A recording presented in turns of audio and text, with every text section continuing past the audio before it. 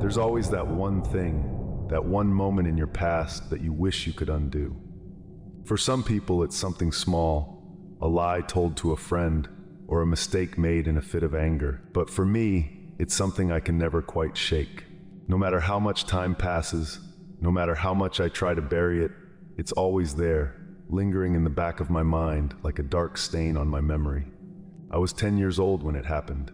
Me and a couple of the neighborhood kids, Jimmy and Kyle, used to hang out after school, looking for ways to pass the time in our small, nothing town. We were bored, restless, and stupid, as boys that age tend to be. It didn't take much for us to find trouble. And it was Jimmy who came up with the idea of crank-calling old Mr. Holloway. Mr. Holloway was the kind of guy you'd call a recluse nowadays. He lived alone at the end of our street in this old, crumbling house that looked like it hadn't seen a coat of paint in 30 years. No one ever saw him leave. He didn't mow his lawn, didn't pick up his mail. It just piled up on the porch until the wind carried it away. The rumor was that he was some kind of war vet, the kind of guy who'd seen some serious shit and had locked himself away from the world because of it. Jimmy used to say he was crazy, but I never really believed that. He was just quiet, but to us, he was the perfect target. It started off as just a joke, something to make us laugh. We'd dial his number, an old rotary phone we found in Jimmy's attic, and when he picked up, we'd say stupid things like, "Is your refrigerator running?" Or "You better go catch it." Stuff that wasn't even funny, but we'd laugh like it was the funniest thing in the world. At first, Mr. Holloway didn't respond. He'd just hang up the phone and that was that. But we kept at it, night after night, calling him over and over again, pushing the joke further and further. Eventually, he started yelling back at us, his voice hoarse and angry, telling us to stop, telling us to leave him alone. And that only made it funnier. We didn't realize then what we were doing, how cruel we were being. One night, we took it too far. Jimmy thought it'd be hilarious if we told him his house was on fire. He dialed the number, handed me the phone, and I did it. I said, "Mr. Holloway, your house is on fire. You need to get out. Right now." There was a pause on the other end of the line, a silence that stretched on just a little too long. Then he screamed. It was a sound I'll never forget, this guttural, primal scream that made my blood run cold. He started shouting, cursing us, his words jumbled and frantic, like he couldn't catch his breath. I panicked and hung up, my hands shaking as I dropped the phone. We didn't call him again after that. Jimmy and Kyle laughed it off, but I couldn't. Something about that scream haunted me. A few days later, Mr. Holloway was dead. My mom mentioned it in passing at dinner one night, how the police found him slumped over in his living room, dead of a heart attack. I remember sitting there, frozen, the fork halfway to my mouth as my mom talked about how sad it was, how no one had even known he was in trouble. And then she said something that made my stomach drop. They said he tore the phone right out of the wall. I didn't ask why. I didn't need to. I knew. He'd done it in a fit of rage, thinking it was us again, thinking it was another stupid prank call. And when he needed help, when he tried to call for an ambulance, the phone was broken. I never told anyone. Not Jimmy, not Kyle, not my parents. I just kept it inside, buried it deep down, and tried to forget about it. But you don't forget something like that.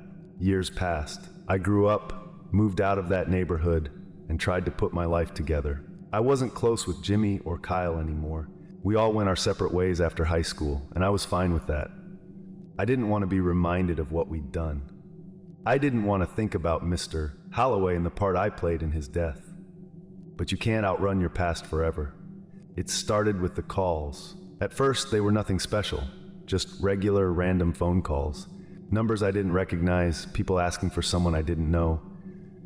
I'd answer, say, "Sorry, you've got the wrong number," and that would be it. But then the calls started coming more frequently. Every night, around the same time, my phone would ring. I'd pick up and there'd be nothing but static on the other end. I tried blocking the number, but it didn't help. The calls kept coming from different numbers, but always the same result, just static. At first, I thought it was a glitch, maybe something wrong with the phone line. But then one night, I heard something through the static. A voice. It was faint, barely a whisper, but it was there. "Carl." My blood ran cold. I dropped the phone, my heart pounding in my chest. It couldn't be. It was just a coincidence, just my mind playing tricks on me. But I knew that voice. I'd know it anywhere. It was Mr. Holloway. After that night, the calls got worse. They didn't come from unknown numbers anymore. They came from Mr. Holloway's old number, the same number we used to crank call all those years ago. At first, I didn't answer. I let it ring and ring until it stopped, but the calls wouldn't go away. They kept coming, night after night, until I couldn't ignore them anymore.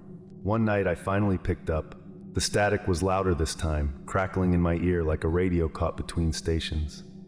But through the noise, I heard it again. Carl, it wasn't just a voice. It was a scream, that same scream from all those years ago when we'd told him his house was on fire.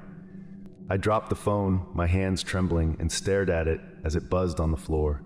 I didn't pick it up again that night. I couldn't. I didn't know what to do. I tried telling myself it was all in my head, that it was just some sick prank or a glitch in the system. But deep down I knew. I knew it was him. I knew it was Mr. Holloway, calling me from beyond the grave, trying to reach me, trying to make me pay for what I'd done. I stopped sleeping. Every time I closed my eyes, I heard that voice, that scream, echoing in my head. I tried changing my number, but the calls kept coming. I got a new phone, but it didn't help. No matter what I did, the calls wouldn't stop. I was losing my mind. One night, after another call from Mr. Holloway's number, I couldn't take it anymore. I grabbed my jacket and headed out the door, my hands shaking as I fumbled for my car keys. I didn't know where I was going, but I had to get out. I had to do something. Before I knew it, I was driving down the old street where I grew up. The houses looked the same, the trees lining the road, casting long shadows in the moonlight. And then there it was, Mr. Holloway's house. It was still standing, but barely. The windows were boarded up, the paint peeling from the walls. It looked like it hadn't been touched in years. I parked the car and got out, my heart racing as I walked up the overgrown path to the front door. The air was cold, a biting wind cutting through my jacket, but I didn't care. I had to know, I had to see. The door was unlocked. It creaked open with a groan, the hinges rusty from years of neglect. Inside, the house was dark, the air thick with the smell of mold and decay. I stepped inside, my footsteps echoing in the empty hallway. Carl? The voice was louder now, clearer, coming from somewhere deeper in the house. I knew I should leave, that I should turn around and get the hell out of there, but I couldn't. I had to know. I followed the voice, my heart pounding in my chest. It led me to the living room, the same room where they'd found Mr. Holloway's body all those years ago. The furniture was still there, covered in dust and cobwebs, and in the corner of the room I saw it, the old rotary phone, the one we used to call him on. It was sitting on a small table, the cord still ripped from the wall, just like my mom had said. I stared at it, my mind racing. It didn't make sense. How could the phone still be here? How could it still be ringing? But before I could think any further, the phone rang. I jumped, my heart nearly leaping out of my chest. The sound was loud, deafening in the silence of the house. I stared at the phone, my hands trembling, unsure of what to do. Then slowly I reached out and picked up the receiver. The static was louder than ever, crackling in my ear like a swarm of bees. But through the noise, I heard it. Carl, why did you leave me? The voice was faint, broken, but I recognized it immediately. It was Mr. Holloway. His voice was weak, almost pleading, as if he was trying to reach me from somewhere far away. I stammered, my voice shaking. I didn't mean to. Why did you leave me? The voice grew louder, more insistent. I could hear the anger in his words, the pain. I didn't mean to! I shouted into the phone, my heart racing. It was just a joke. We didn't know. We didn't mean to. Why did you leave me? The voice cut me off, growing louder and louder until it was all I could hear. It echoed through the phone, filling the room, filling my head. I'm sorry, I whispered, tears streaming down my face. I'm so sorry. The static crackled in response, and then, just as suddenly as it had started, the line went dead. I stood there, the receiver still pressed to my ear, my heart pounding in my chest. The house was silent again, the air heavy with the weight of what had just happened. I dropped the phone, my hands trembling as I backed away from the table. I couldn't stay here. I had to leave. I had to get out. I turned and ran, my footsteps echoing in the empty hallway as I fled the house.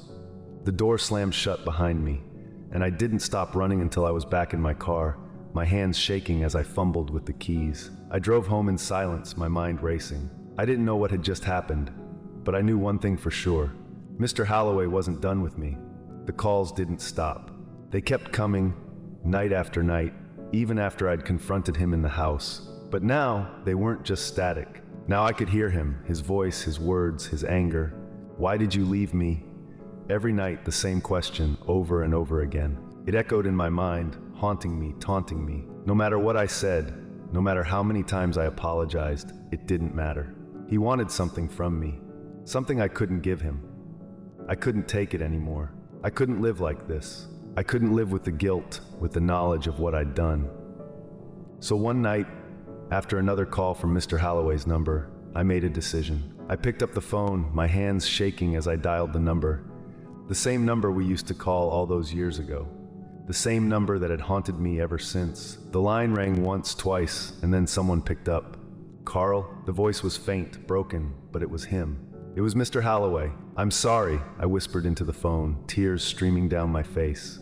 "I'm so sorry."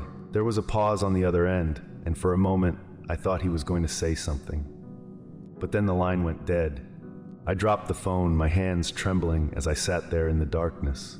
The calls never came again, but the guilt remains, and it always will.